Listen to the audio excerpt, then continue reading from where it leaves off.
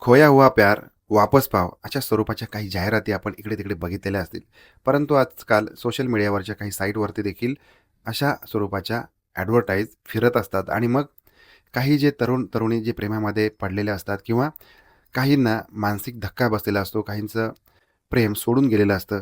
हे व्यक्ती असतात, हे यांना भावना खूप मोठ्या प्रमाणामध्ये उचंबळून आलेल्या असतात आणि याचाच फायदा अशा स्वरूपाचे काही जाहिरातदार घेत असतात. अशीच घटना घडलेली आहे मुंबईमध्ये. मुंबईमध्ये एक 18 वर्षाची तरुणी राहते. तिने ही जाहिरात बघितलेली आहे आणि ह्या जाहिरातीला सोशल मीडियाच्या प्लॅटफॉर्मवरती तिने लाईक केलं.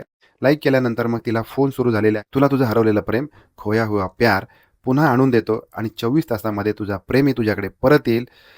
तुला जे पाहिजे ते सगळं मिळेल. अशा सगळ्या भूलथापा या तरुणीला दिल्या गेलेल्या आहेत. त्याच्यामुळे ती या भूलथापांच्या जाळ्यामध्ये अडकलेली आहे. परंतु हे सगळं करण्यासाठी काही खर्च लागेल आणि हा खर्च करायची तयारी असेल, तर मात्र आम्ही तुझ्यासाठी काहीतरी करू शकतो.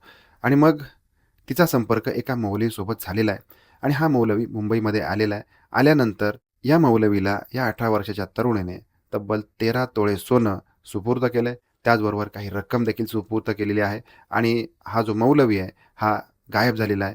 तो गायब झाल्यानंतर ना आपल्याला आपलं प्रेम मिळालं, गेलेले पैसे मिळाले, ना सोनं मिळालं, अशी परिस्थिती या तरुणीवरती ओढवलेली आहे. तर बाबांनो, आपल्याकडे शिक्षण आहे, आपण काहीतरी समजून घेतलंय, आपल्याला कळत नसेल, तर आपले मित्र-मैत्रिणी, आपल्या घरातले आई-वडील यांना ते विचारा, त्यांच्याकडून मार्गदर्शन घ्या, सल्ला घ्या. अशा कुठल्यातरी एखाद्या ऑनलाईन प्लॅटफॉर्मवरती जाऊन जर का तुम्ही जे काही तुम्हाला समोर दिसतंय त्याच्यावरती विश्वास ठेवणार असाल, तर निश्चितपणे आपली फसवणूक होणार आणि फक्त फसवणूकच होणार.